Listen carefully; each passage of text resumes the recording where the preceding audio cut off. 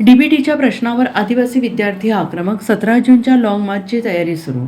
महाडीबीटी शिष्यवृत्तीच्या रखडलेल्या प्रश्नावर आदिवासी विद्यार्थ्यांचा संघर्ष अधिक तीव्र होताना दिसतो आहे. आदिवासी विकास आयुक्त कार्यालय नाशिक येथे डीबीटीच्या प्रश्नासाठी सोनूभाऊ गायकवाड यांनी जोरदार आवाज उठवला आहे. त्यांच्या आवाहनाला प्रतिसाद देत मोठ्या संख्येनं विद्यार्थी आदिवासी विकास भवन परिसरात एकत्र आले आहेत आणि आंदोलन यशस्वी करण्यात आलेलं आहे. महत्त्वाची भूमिका बजावली आहे. आंदोलनादरम्यान संबंधित अधिकाऱ्यांनी विद्यार्थ्यांच्या डीबीटीच्या रकमेसंदर्भात सकारात्मक निर्णय घेण्याचे आणि लवकरच पैसे खात्यात जमा करण्याचे आश्वासन दिले होते.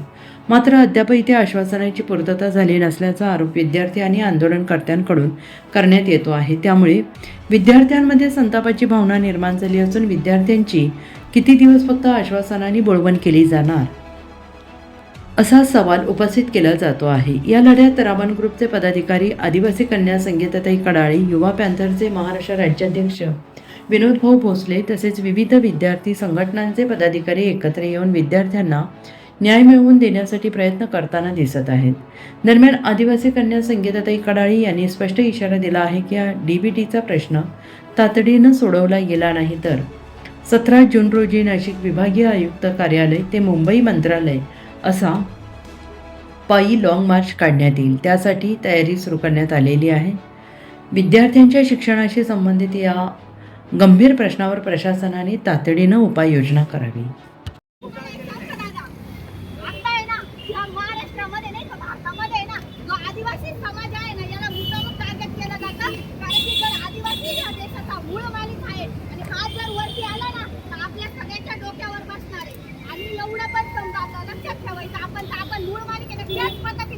भले आपण पैशाला गरीब आहे पण माणुसकी आणि जबाबदारी एवढी आपली महत्वाची ना. आपला समाज आहे ना, ही एक म्हण आहे आपल्या आदिवासी समाजाची, एक तीर एक कमान, सारा आदिवासी एक समाज. जेव्हा सगळे आदिवासी एकत्र येईल ना तेव्हा बापाचा बाप जरी आला, मुख्यमंत्री जरी आला ना तरी तो काही मंत्रालयामध्ये जाऊन मी सगळं मंत्रालय हालून टाकते तेव्हा इथला तर काहीच विषय नाही.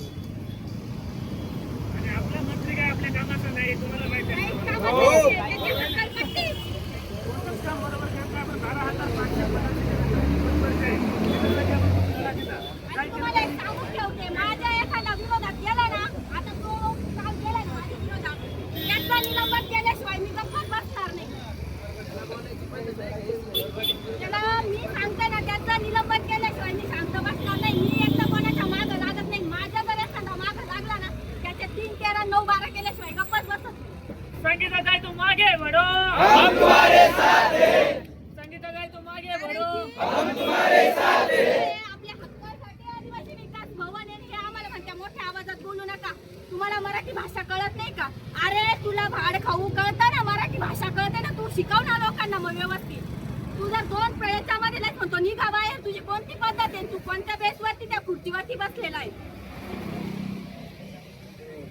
लड़ेंगे, जीतेंगे, लड़ेंगे, जीतेंगे. हम हमारा हक मांगते, नहीं किसी से भीख मांगते. हम हमारा हक मांगते, नहीं किसी से भीख मांगते. डीबीटी आमच्या हक्काचे, नाही कुणाच्या बापाचे. डीबीटी आमच्या हक्काचे, नाही कुणाच्या बापाचे. कोण म्हणताय देणार नाही, घेतल्याशिवाय राहणार नाही. कोण म्हणताय देणार नाही, घेतल्याशिवाय राहणार नाही. आदिवासी एक सुटीचा विजय असो, आदिवासी एक सुटीचा विजय असो. साठी बसायला तुम्हाला आम्ही तर निवडून दिलंय ना. पहिली आमची गलती की ज्या ठिकाणावर योग्य माणूस द्यायचा होता ते दिलाच नाही ना. आमची गलती आदिवासी समाजामध्ये सर्वप्रथम आदिवासी विकास मंत्री निवडण्याचीच गलती झाली. आणि तो बसवलं काहून आणि या बसवण्याचं कारण काय की जर आदिवासी विद्यार्थी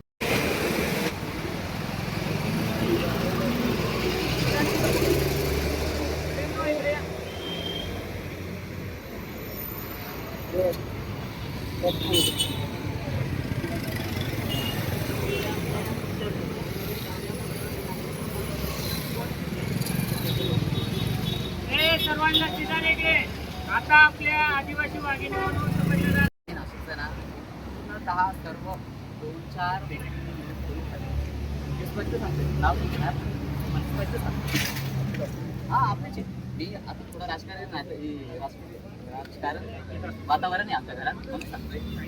मी नाशिकचं आदिवासी विकास भवन पूर्ण 2-3 व्यक्तींनी खोलून कोणाचे प्रमोशन होणार आहे कोणाचे काय पूर्ण RTI पैसा काढता येईल हे सगळं 2-3 व्यक्तीकडे मला एवढं माहिती आहे पण ते आता वस्त्रानुसार आलं.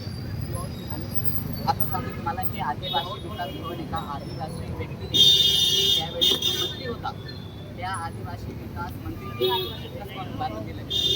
ते आज खुर्चीवर बसत आहे. पहिले हा आदिवासी अधिकारी बसायला लाज टाकलं होतं.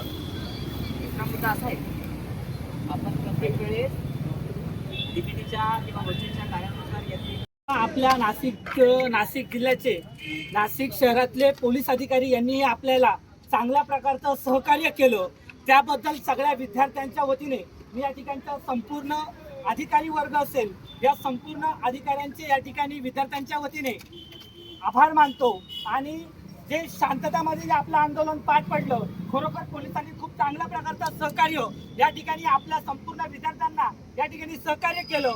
तर सगळ्या विद्यार्थ्यांच्या वतीने या ठिकाणच्या संपूर्ण वरिष्ठ अधिकाऱ्यांचे या ठिकाणचे सगळ्या अधिकाऱ्यांचे आम्ही आभार मानतो. असंच सहकार्य इथून पुढेही आम्हाला करावं अशी आम्ही त्यांना या ठिकाणी विनंती करतो. पुढील सूत्रसंचालन नमस्कार.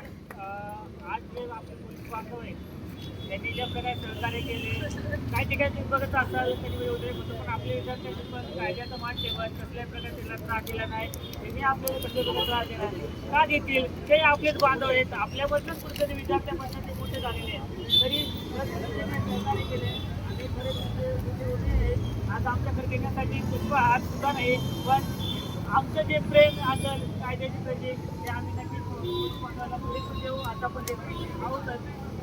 तरी सर्वांचे पुन्हा एकदा आभार मानतो.